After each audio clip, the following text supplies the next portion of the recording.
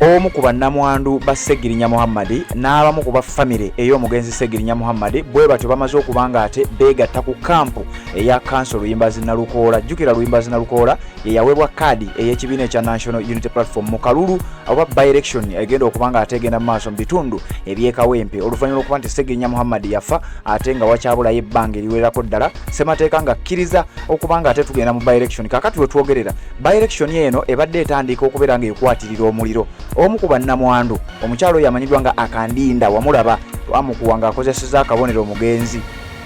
Kati we twogerera bano bamaze okuba nga beesamba byonna ebibaddewo byonna ebibadde biteekebwateekebwa era ne bakwata amaanyi gaabwe gonna ne bategeeza n'abantu baabwe bonna ababadde babali emabega n'ababadde babawagira nti kakati bannange we twogerera twegasse ku Council Nalukoola ekibiina ekya National Unity Platform bwe kyawa kaadi. Kakati wuliriza omukyalo ono namwandu wa Ssegirinya Muhammad tazze yekka, kujjiddeko abamu ku bafamily members ab'omugenzi Ssegirinya Muhammad, kubaddeko abamu ku basisita be, kubaddeko n'abamu ku bakyala be. Jjukira yali talina mukyalo omu kyokka, n'abamu ku baana aba Ssegirinya Muhammad omukulu amanyiddwa nga Luswa Luwemba be yabadde ng'akozesa okuteeka mu butambi ne mu bifaananyi.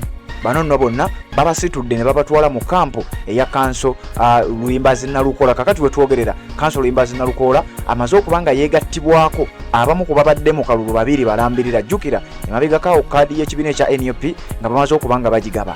Omukulu amanyiddwa nga Umar Magala yavaayo n'akwata amaanyi ge gonna ne kampu ye n'ekibinja kyonna ekyali kimukkiririzaamu oluvannyuma lw'okuba nti y'omu ku bantu abali loyo eri ekibiina kya National Unity Platform. Yavaayo amaanyi gonna, ttiimu ye yonna n'agikwasa Council Luyimbazi Nalukoola era Umar Magala yavaayo n'awera n'ategeeza nti nze ku lw'ekibiina kyange ekya National Unity Platform nkakasanga ne kampu eno eya Luyimbazi Nalukoola nze nnina okubeera campaigning manager, kubanga amawulire gonna social media yonna n'ebitundu ebyenjawulo mu kawempe abasinga obungi baali basibidde ku bantu babiri, Luyimbazi Nalukoola oba Umar Magala. Kakati we twogerera omukulu amanyiddwa nga Luswa Luwemba ebibye si birungi. Family members aba Ssegirinya Muhammad basituse abamu naye ku bano tekuliko oli sisita we eyayogera ebigambo ebingi mu kuziika, tekuliko maama we, wabula abamu ku bakyala ba Ssegirinya n'abamu ku baana ba Ssegirinya babasitudde nga kuliko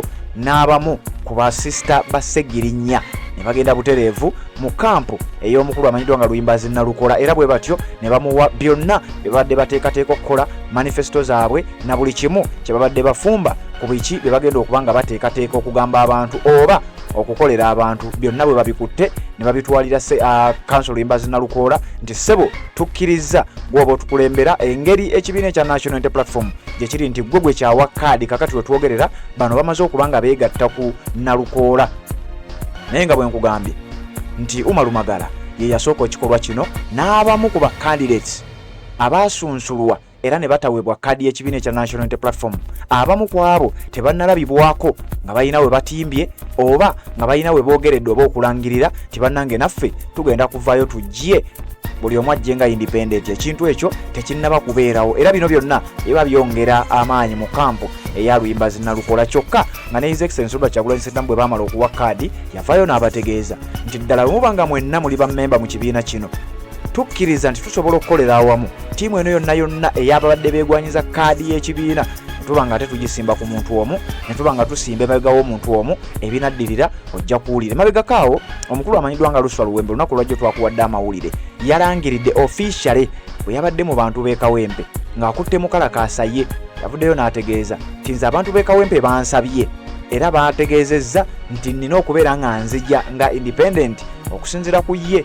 Agamba mbu ab'e Kawempe baamugambye singa teweesimbawo wakiri tujja kulondowa NRM. Luswa Luwemba era omuntu y'omu emabegakaawo yalabiddwako ng'akutte muwala wa Ssegirinya Muhammad amanyiddwa nga Nagirinya Shifura n'amuleeta mu kamera era n'amwogeza ebigambo nti bannange ono gwe mubamuwa asikire Ssegirinya Muhammad. Kakati we twogerera ebintu bitandise okuba nga olutambi lukyuka era omukulu amanyiddwa nga Luswa Luwemba Alex Muhammad ebintu birabika tebigenda kumutambulira bulungi oluvannyuma lw'okuba nti abamu ku bafamily members n'abamu ku abo babadde akozesa abagambibwa nti abadde abakozesa we twogerera nga bamaze okubanga bakwata ttiimu yonna n'amaanyi gonna n'ebigambo byonna n'enteekateeka ze babadde bayina bazisindika emabega wa kanso Erias Luyimbazi Nalukoola.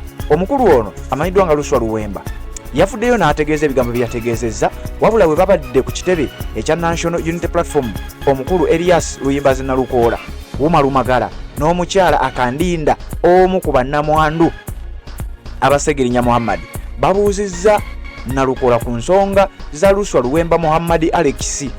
Era omukulu bw'abadde ayanukula Luyimbazi Nalukoola aspeyarinzeyo kadde n'abanga ate ayanukulamuko ku nsonga ezimu ez'omukulu amanyiddwa nga Luswa Luwemba ng'ebigambo byabadde nga abyogera bwe yabadde atambula. Jjukira mu bigambo byayogedde nga sinnakuwa bigambo bya Nalukoola.